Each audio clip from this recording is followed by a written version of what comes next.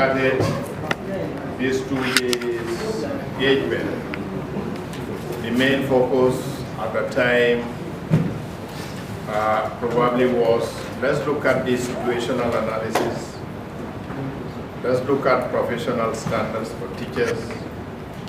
Hopefully we can have conversation on teacher awards. But I think the unfolding discussion around various topics here, including girls' education, which my guests are telling me I missed that presentation because it was very engaging and the presenter was very passionate about girls' education. I'm not surprised. Where is Aisato? The fact that this has given us opportunity to come together as different stakeholders and look at various topical issues and brainstorm on them, I think it's a great opportunity. And I want to thank UNESCO EGBA for providing us this opportunity to come together as professionals, as different stakeholders in education, and have this kind of national conversation on different topical areas. And I think this is just the beginning of a journey. I saw the evaluation given to us, and a section that is asking, apart from what we have just been discussing, do you have any suggestion for all the areas that might be considered moving forward? And I think when they analyze this evaluation and they're able to pick recurring thematic areas that are coming from the participants, that could be an opportunity for us to have similar kind of engagement in the future to talk about those areas. Once again, I want to thank everybody for their personal support and time. Truly speaking, we need to address a lot of issues around teachers. My brother here was very passionate, and I share the same passion with him.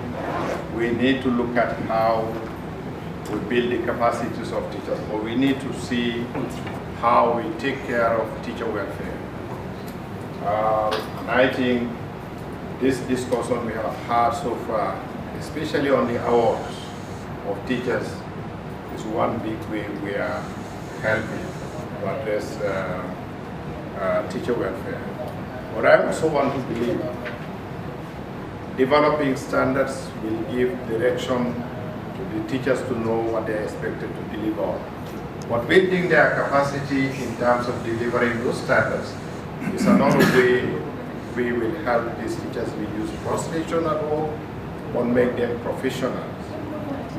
So that the teaching is not just, I do not have employment and I want to go into teaching as an option. No, the teaching should be a profession, and we should be prepared as professionals. This is one way we want to do it as a country. Let's engage as different stakeholders, but let's look at standards. Standards in terms of knowledge, standards in terms of skills, standards in terms of conduct.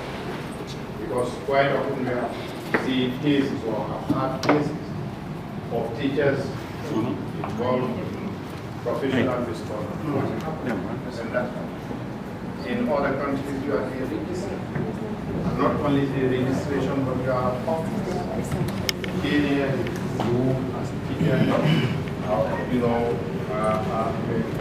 courts having certain kind of behavior. So not only the register for your office. So that nobody will employ that because they are not fit. So yes, the conversation has just started.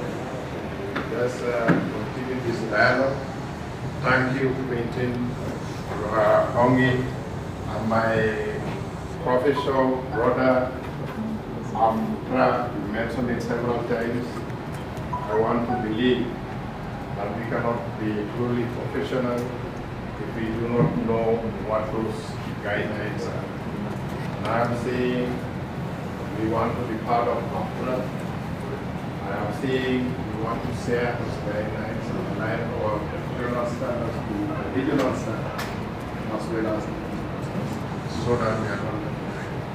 With this, I want to invite the DPS program to officially share his closing remarks. I want to thank you heartily on behalf of the National Technical Committee. Like I mentioned to you, we have a National Technical Committee on this Shanghai project.